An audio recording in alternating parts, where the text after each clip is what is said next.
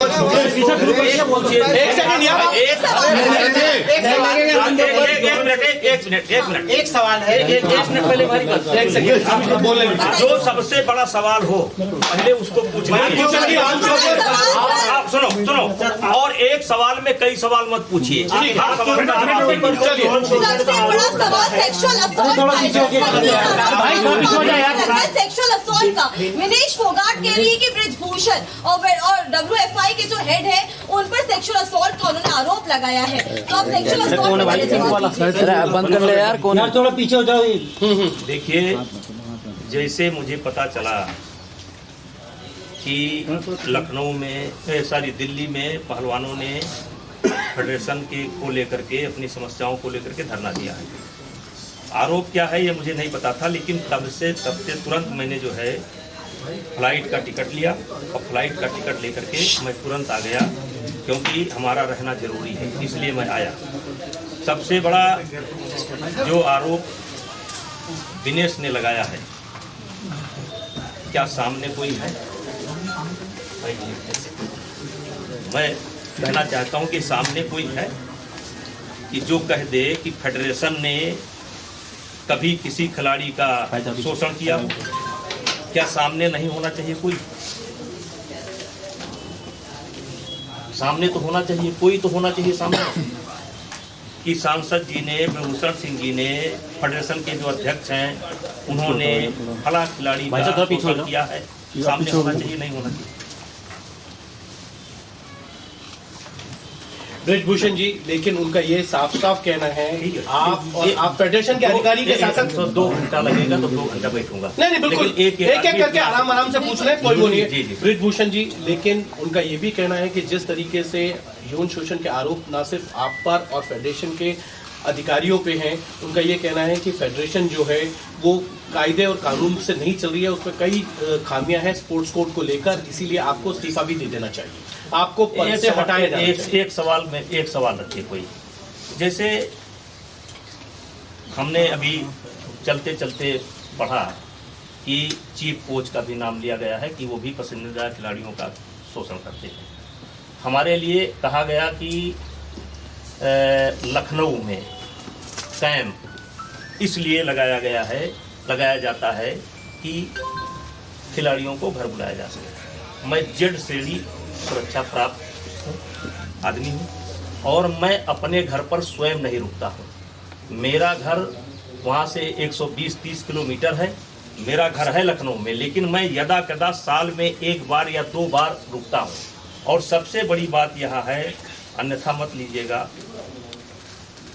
एक शेर बोलना चाहता हूँ कि इसीलिए तो डगर डगर बदनाम हो गए मेरे आंसू, इसीलिए तो नगर नगर बदनाम हो गए मेरे आंसू, मैं उनका हो गया कि जिनका कोई पहरेदार नहीं था। मैं कमज़ोर जो राज्य है, जो कमज़ोर राज्य के खिलाड़ी हैं, मैं ये पूछना चाहता हूँ कि ना आप नेशनल लड़ोगे, ना आप ओपन नेशनल लड़ोगे, ना आप ट्रायल दोगे। ट्रायल भी आप चाहते हैं कि सारे खिलाड़ियों का ट्रायल हो जाए, फिर जो खिलाड़ी उसमें जीतता हो उससे आपका अकेले ट्रायल हो जाए। तो जो गार्जियन अपने बच्चों को लेकर के रात दिन मेहनत करते हैं और रात दिन उनके पीछे लगे रहते हैं, तो वो भी तो ओलंपिक के ही उम्मीद से खेल रहे हैं, वो भी तो वर्ल्ड ही खेलना चाहते हैं, वो भी तो एशिया खेलना चाहते हैं। और अगर इतनी दिक्कत थी फेडरेशन से, तो 10 साल से ये दिक्कत क्यों नहीं हुई? दिक्कत तब होती है जब फेडरेशन एक नियम बनाती है। फेडरेशन एक नियम बनाती है, दुनिया के कई देशों का हम लोगों ने अध्ययन किया, और अध्ययन करने के बाद एक नियम बना। पहले हमारे यदा कदा खिलाड़ी ओलंपिक के लिए क्वालिफाई करते थे, और ये कोटा व्यक्ति का नहीं होता है, देश का कोटा होता है। और पहले हमारे यहाँ की पॉलिसी थी कि जो खिलाड़ी सेलेक्ट होकर के आएगा वही खिलाड़ी ओलंपिक में जाएगा। इसी बात को लेकर के नरसिंह यादव और सुशील का एक प्रकरण आया था, लेकिन कोई ऐसा नियम नहीं था कि जिसको हम लोग ट्रायल करवा सकें, और इसलिए सुशील और नरसिंह का ट्रायल नहीं हो पाया, क्योंकि ऐसा नियम नहीं था। इस बार ओलंपिक के बाद हम लोगों ने महसूस किया, दुनिया के कई देशों का हम लोगों ने अध्ययन किया, और अध्ययन करने के बाद ये निकाला कि ओलंपिक में अगर कोई खिलाड़ी कोटा लेकर के आता है तो पहले जो देश के खिलाड़ी हैं उनके बीच में एक ट्रायल होगा, फिर जो देश को जीतेगा उससे ओलंपिक के जो क्वालिफाई करके आए हैं उनके बीच में एक कुश्ती होगी। अगर ओलंपियन जिसने क्वालिफाई किया है अगर हरा देगा तो उसका कोटा पक्का माना जाएगा। अगर बाई चांस वो खिलाड़ी हार जाए तो उसको 15-20 दिन के बाद एक मौका और मिलेगा, यानी कि नया खिलाड़ी अगर आएगा तो उसको 2 बार जिसने कोटा लिया है उसको हराना पड़ेगा। और जो खिलाड़ी सेलेक्ट होकर के आया है एक कुश्ती केवल जीत लेगा। तो एक निर्णय तो ये हुआ, फेडरेशन का तानाशाही वाला निर्णय एक ये हुआ कि अब फेडरेशन जो है, ये फेडरेशन तानाशाही की तरह काम कर रही है या आप नहीं, ये जो जैसे जो आरोप है कि तानाशाही की लिए काम कर रही है, इसको लेकर के सारे कोचों से बीच में मीटिंग हुई और यहाँ तक कि इन खिलाड़ियों को भी बताया गया था कि फेडरेशन ऐसा विचार कर रही है। और हमारा वो फैसला नहीं है, हमारे जो है एजुकेटिव बाजी का फैसला है, जिसमें जो है इनका क्या नाम है, कोचों की सहमति है, अच्छे पहलवानों से भी राय ली गई है, इन पहलवानों से भी राय ली गई है और लेने के बाद एक फैसला किया गया कि दूसरा एक ये हो गया। दूसरा एक फैसला फिर हम लोगों ने लिया कार्य समिति में, जैसे देखिए कोई भी नेशनल कराता है, एक नेशनल कराने में कम से कम 60 लाख 70 लाख रुपए लगते हैं और गवर्नमेंट का जो हमारा सपोर्ट है वो बहुत कम है, अलग से लोगों को व्यवस्था करनी पड़ती है। हर आदमी चाहता है कि हमारे गेम में ओलंपियन हैं या जो वर्ल्ड के मेडलिस्ट हैं वो आवें, जिससे आकर्षण बढ़े। अब ये जो खिलाड़ी हैं जो आज बैठे थे, ये आने के बाद ना तो एक नेशनल लड़े हैं और ना ये एक ओपन नेशनल, तब से आज तक ये एक कंपटीशन भी देश के अंदर नहीं लड़े हैं। देश के अंदर इन्होंने एक भी कंपटीशन नहीं लड़ा है और तब हम लोगों ने सहमति से ये फैसला किया, जिसमें गवर्नमेंट को भी विश्वास में लिया कि आपको कैंप में आना है तो आपको नेशनल लड़ना पड़ेगा। और फिर बात हुई कि कुछ खिलाड़ी हैं जैसे कि वो नहीं, चलो इस साल नहीं लड़ पाए, कुछ ने ये कहा कि हम जान नहीं पाए, हमको पता नहीं था कि फेडरेशन ने ये नियम बना दिए, जान नहीं पाए। तो हम लोगों ने सरकार से कहा कि आपके ये टॉप के खिलाड़ी हैं, आप टॉप से इनका खर्चा दे दीजिए और इनका नाम हम डाल देते हैं। नाम हमने डाला भी, क्योंकि एक तरफ सरकार का दबाव है कि 4 खिलाड़ी ही कैंप में रहने चाहिए। तो 4 खिलाड़ी जो नेशनल जीत करके आए हैं, ये बता रहे हैं कि बार बार हमको वजन तोड़ना पड़ता है, तो बार बार आपको वजन तोड़ना पड़ता है, तो जो खिलाड़ी जीत करके आए रहे हैं उनको भी वजन तोड़ना पड़ता है। वो भी तो ओलंपिक का सपना देख रहे हैं, वो भी तो वर्ल्ड का सपना देख रहे हैं। ये सारी शिकायत आपको इसी समय आकर के मिली। कोई फेडरेशन के पास कोई इनका लेटर हो, कोई पत्र हो, कोई कि मिले हो आकर के शिकायत किया हो। अभी बजरंग पूनिया 1 हफ्ता पहले आए थे, मिल करके गए कि हमको कोई दिक्कत नहीं है। अभी साक्षी मलिक मिल करके गई, कहीं हमको कोई दिक्कत नहीं है। साक्षी मलिक ने कहा कि हमको ट्रायल में परमिशन दे दीजिएगा, हमने कहा ट्रायल में परमिशन दे दिया जाएगा। तो मैं देश सुन रहा है इस समय मुझे गौर से, तो मैं कहना चाहता हूं कि अब जैसे एक आरोप ये भी है कि पहले हरियाणा की 2 टीम लड़ती थी, अब हरियाणा की 1 टीम लड़ती है। तो देखिए, हरियाणा की 2 टीम लड़ती थी, ये सत्य है, और 2 टीम हरियाणा की नहीं लड़ती थी। 2 टीम लड़ती थी, जो फर्स्ट स्थान प्राप्त करती थी उसकी भी 2 टीम लड़ती थी, जो सेकंड आती थी उसकी भी 2 टीम लड़ती थी, जो तीसरे स्थान पर रहते थे उनकी भी 2 टीम लड़ती थी। हम लोगों ने महसूस किया इससे नागालैंड है, मिजोरम है, आसाम है, बंगाल है, जो कमजोर राज्य है उनके खिलाड़ियों को मेडल नहीं आ रहा है। बिहार है, झारखंड है, झारखंड को तो आ जाता है, कमजोर राज्य है, तो वो इतने दिन से गेम कर रहे हैं तो उनका भी तो मेडल आना चाहिए। इसलिए जनरल बॉडी की बैठक हुई, सबसे राय ली गई और तय किया गया कि अब कोई किसी प्रदेश की 2 टीम नहीं होगी, 1 टीम होगी। अब यहाँ पर सवाल उठता है कि हरियाणा की भी 1 टीम और मणिपुर की भी 1 टीम। तो हरियाणा हमारे लिए गौरव का विषय है, विशेषकर के खेल में। आज देश को जो सम्मान मिल रहा है वो हरियाणा की वजह से मिल रहा है, तो हरियाणा का नुकसान ना हो। अगर हम 1 खिलाड़ी ही हरियाणा का लड़ाएंगे तो इसका मतलब कि हमने हरियाणा के साथ पक्षपात किया, क्योंकि दूसरा लड़ ही नहीं पाएगा। तो उसके लिए हमने ओपन नेशनल की व्यवस्था की कि अब कितना ही खिलाड़ी जा करके लड़ सकता है। और मैं आपको बता देना चाहता हूं कि फर्स्ट नेशनल जब मैंने कराया तो 61% मेडल केवल हरियाणा के गए, 61% मेडल। 39% में पूरा देश है, 61% में, तो ये हरियाणा का भी नुकसान नहीं हुआ। अब उनके खिलाड़ी आ गए, उनको भी हम कैंप में लेते हैं, उनको भी हम ट्रायल का मौका देते हैं। दूसरा, इन लोगों का आरोप है कि मनमानी करते हैं। हम कोई मनमानी नहीं करते हैं, हमारा दरवाजा खुला रहता है, हम सबसे बात करते हैं, इनसे भी बात करते हैं। ये भी एक हफ्ता पहले बात करके गए हैं, यही बात करके गए हैं। साक्षी मलिक बात करके गई है। विनेश फोगाट जो मेरे ऊपर आरोप लगा रही हैं, भाई साहब कॉमनवेल्थ की ट्रायल हो रही थी और ऐसी स्थिति थी, उस कैसेट को उठा करके देख लीजिए। मैंने उस लड़की से जाकर के बोला, बेटा देखो मैं देख रहा हूं कि तुम्हारा पॉइंट है, लेकिन अगर तुम बड़े खिलाड़ी हो, तुम थोड़े दिन सब्र कर लो, नहीं तो ये मेरे ऊपर आरोप लगा देगी कि मैंने जानबूझ करके हरवा दिया। ये पॉइंट से जीत करके कॉमनवेल्थ गई है। तो क्या वो जो लड़के, नए लड़के जो चाहे वो किसी प्रांत के हों चाहे हरियाणा के ही हों, जो गार्जियन इस दिन से इनको खिला रहे हैं, पिला रहे हैं, उनको तैयारी करा रहे हैं, क्या उनको सबको रोक दिया जाए, केवल आपको मौका दिया जाए? तो मतलब आपका कैसे आरोप हाथ पीछे, एक मिनट किया जा रहा है, इसीलिए कि फेडरेशन की तरफ से जब वो ये मोदी से मिलके आई थी तो आप नाखुश थे और फेडरेशन के कुछ लोगों ने उनको फोन करके जान से मारने की धमकियां दी। आपका नाम नहीं, हमने पूछा भी, आपने दिया, उन्होंने बोला नहीं, लेकिन फेडरेशन की तरफ से आया है उनके पास। देखिए, फेडरेशन में 2-3 लोग काम करते हैं। एक विनोद तोमर जो भारत सरकार के आदमी हैं, ठीक है, 1-2 उनके सहायक, और मैं आता जाता रहता हूं। तो जिस समय फेडरेशन के लोगों ने या किसी ने उनको धमकी दी तो मुझसे कह सकती थी, खेल मंत्री से कह सकती थी, पीएम मोदी से कह सकती थी, पुलिस को कंप्लेंट कर सकती थी। उस समय कोई वो नहीं किया।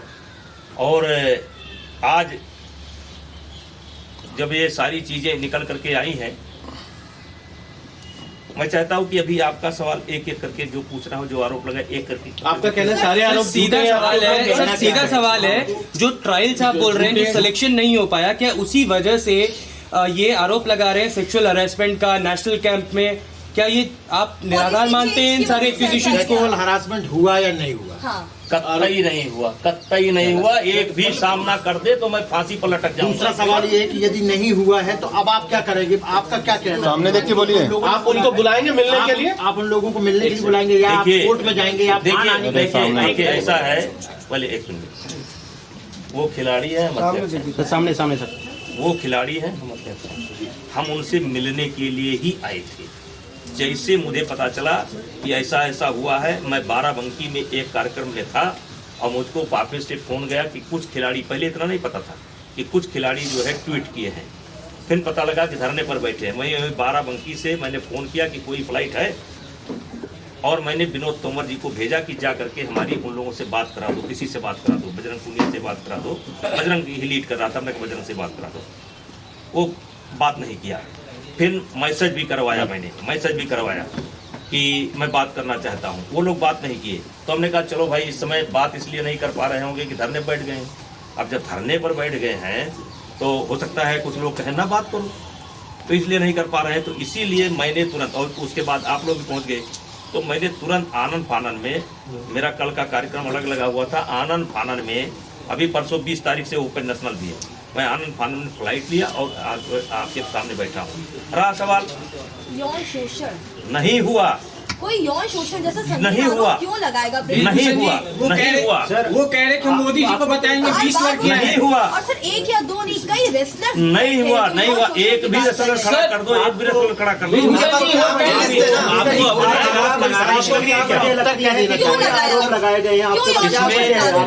दो। देखिए, अभी नेशनल गेम के समय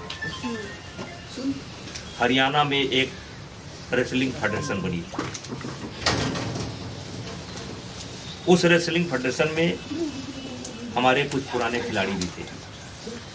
उस रेसलिंग फेडरेशन का एक आदमी आज धरने पर भी बैठा था जो इसको लीड कर रहा था। नाम बताइए। सर जब आपका नाम सब सामने सामने तीरथ आया, तो राणा। आपकी नाम लीजिए। तीरथ राणा, ठीक है। बैठा था, तीरथ राणा यहाँ पर बैठा था। और ये लोग नेशनल टीम, और वो जो टीम बनी थी वो संदीप सिंह जी के नेतृत्व में बनी थी। और उन्होंने ट्रायल भी कराए थे अपने कि हमारी टीम सेलेक्ट होगी, लेकिन गवर्नमेंट ने WFI की टीम जो थी उसको उन्होंने मान्यता दिया। और इसको लेकर के एक शिकायत मेरी पहले भी की जा चुकी है कि हम रेसलिंग फेडरेशन को, उस हरियाणा की रेसलिंग फेडरेशन को मान्यता दे दें। तो हमने कहा कि भाई हरियाणा की रेसलिंग फेडरेशन जो उन्होंने बनाया है और जो वो चाहते हैं कि मेरी टीम सेलेक्ट हो, तो उनको देश की रेसलिंग फेडरेशन बनाना चाहिए, हरियाणा की रेसलिंग फेडरेशन नहीं बनाना चाहिए। हरियाणा की रेसलिंग फेडरेशन नहीं बना। अंतोगत्ता सरकार ने रेसलिंग फेडरेशन जो टीम सेलेक्ट करती है उसको उन्होंने मान्यता दी। एक बड़ा कारण तो ये है। और इसमें किसी बहुत बड़े आदमी का हाथ भी है। आपको लगता है साजिश है?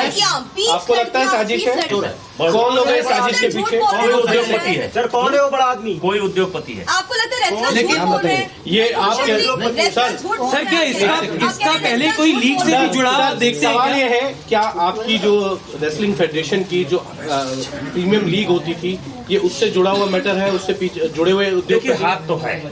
यही खिलाड़ी जो कल तक हमारी तारीफ करते नहीं थकते थे, आप किसी खिलाड़ी से पूछ लो, हरियाणा के गांव में जाकर के पूछ लो, खिलाड़ियों के माता पिता से पूछ लो। मैं माता पिता उनके बुजुर्ग जो जाते हैं उनको अलग से मैं सम्मान करता था। देश के लोगों को बताता था कि ये देखो दादी माँ आई हैं, ये अपनी बच्ची को लेकर के आई हैं। परसों तक तो जो ये करता था, आवाज इतना बड़ा। कौन है सर? ये तो बता दीजिए ना। कौन हो सकता है? कौन उद्योगपति है? कोई एक सवाल आपसे मेरे से ये है सर क्या एक मिनट, उन्होंने ये भी कहा था कि आप खिलाड़ियों के साथ, कोचेस के साथ बदतमीजी से सलूक करते हैं। आपका एक जो वीडियो वायरल हुआ था उसका उन्होंने संज्ञान दिया। उन्होंने एक और बोला है कि जो रांची में जो इवेंट हुआ था उसमें भी आपने बदतमीजी की थी किसी हरियाणा के, और आपने बदसलूकी की थी, गालियां दी थी। इसमें ऐड करना चाहूंगी, टोक्यो ओलंपिक्स के बाद भी विनेश के साथ आपका जो बर्ताव था वो बहुत ही खराब था। आपने उनके ड्रेस को लेकर तक कमेंट किया था, वो क्या मामला था टोक्यो ओलंपिक्स के बाद? टोक्यो ओलंपिक में अध्यक्ष जी पहले मेरा सवाल का जवाब दे दीजिए। निकल देते आपका तो घर के दे देंगे आप। टोक्यो दीपक की कुश्ती चल रही थी, बात यहां से शुरू हुई।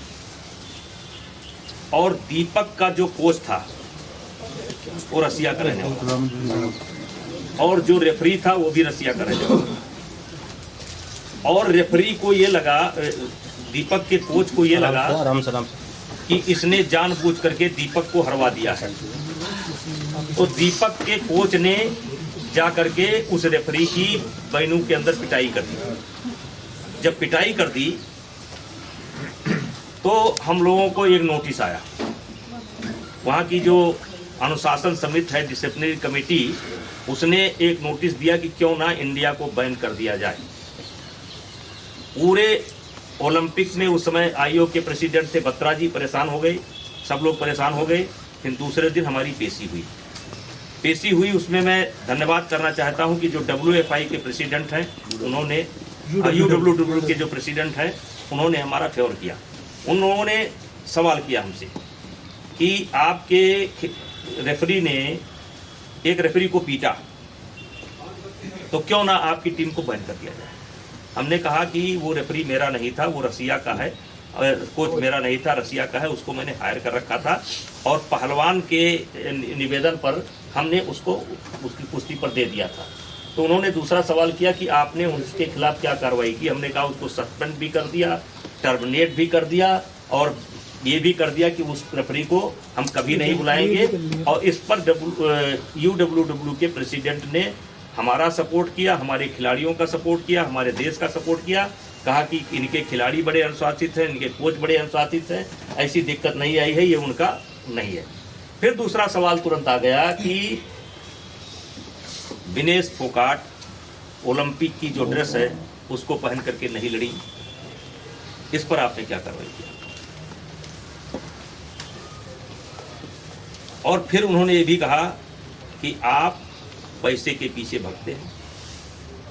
मिस्टर तोमर को बुला लीजिए, पैसे के पीछे भगते हैं, पैसे के लिए आपने कंपनी का कस्टूम पहना, लेकिन अपने खिलाड़ी को आप जो है ओलंपिक का कस्टूम नहीं पहना सके, तो आप उसके खिलाफ क्या कार्रवाई कर रहे हो? हमने कहा आप जो बताइए वो कार्रवाई करते हैं। तो उन्होंने कहा कि हमने कहा कि हमने बोला कि हमने इसको नोटिस दे दिया है, और तब जा कर के हमारी जो है टीम बची। और जब हम यहाँ पर आए, थोड़ी गलती मुझसे हो गई, क्योंकि मैं वचन दे चुका था उसको, मैं वचन दे चुका था कि मैं नोटिस दे चुका हूँ, और इसलिए मेरी मजबूरी थी कि मैंने नोटिस दिया। मेरी मजबूरी थी, क्योंकि मुझे पूरे टीम को बचाना था। 2 मेडल ओलंपिक के आए थे, उसको बचाना था।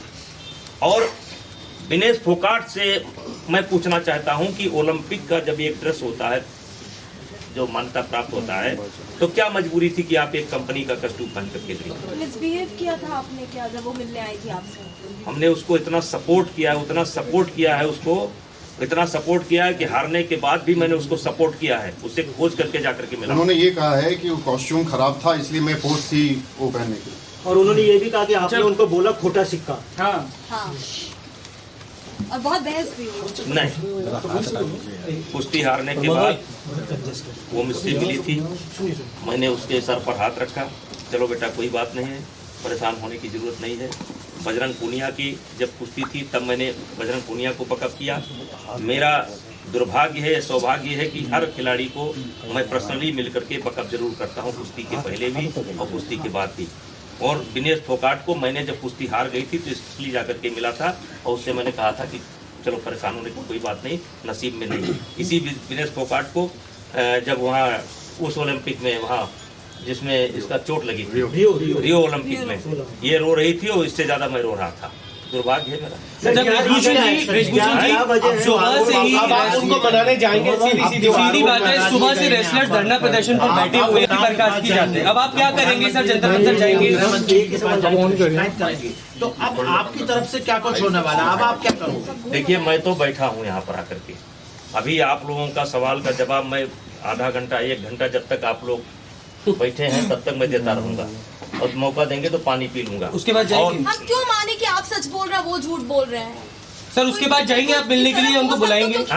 आप जाएंगे उनके पास या उनको बुलाएंगे? आप बातचीत करने के लिए तैयार हैं? आप क्या चाहते हैं? खिलाड़ी धरना प्रदर्शन कर रहे हैं, आप प्रेसिडेंट हैं, आप अध्यक्ष, आप बताइए क्या होना आप अध्यक्ष हैं, आप क्या खिलाड़ियों से बात करेंगे? वो मेरे खिलाड़ी है, मैं उनसे बात करूंगा। उनके नेताजी, आपको क्या लगता है कि विनेश ने जो आप पे इतने संगीन आरोप लगाए हैं, और उन्होंने ये तक कहा कि कई बार ऐसा भी हुआ है कि आपके जैसे सुसाइड थॉट्स भी आए हैं, और सुसाइड करने तक की भी नौबत उनकी आ गई, कि वो ऐसा वो कह रही है।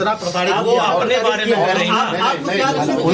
उन्होंने ये भी कहा है कि आज जो धरना में बैठे थे उनमें से एक को भी कुछ हो जाता है तो अध्यक्ष साहब जिम्मेदार होंगे। उन्होंने साफ साफ सम्मान करें उनको, कुछ ना हो उनको क्या है, कुछ होगा। आप पद छोड़ेंगे? आप अपना पद छोड़ेंगे? आप अपना अध्यक्ष पद छोड़ेंगे? एक फेयर इन्वेस्टिगेशन होगी ना, फेयर जांच होगी। अगर आप अपना पद छोड़ देंगे, अगर जांच होती है तो एक फेयर जांच हो पाएगी। आप क्या चाहते हैं कि अब आप क्या होना चाहिए? एक सवाल का जवाब तो दे दो, पद छोड़ने पर तो बताइए कम से कम। देखिए, जो ये सारे आरोप लगाए गए हैं,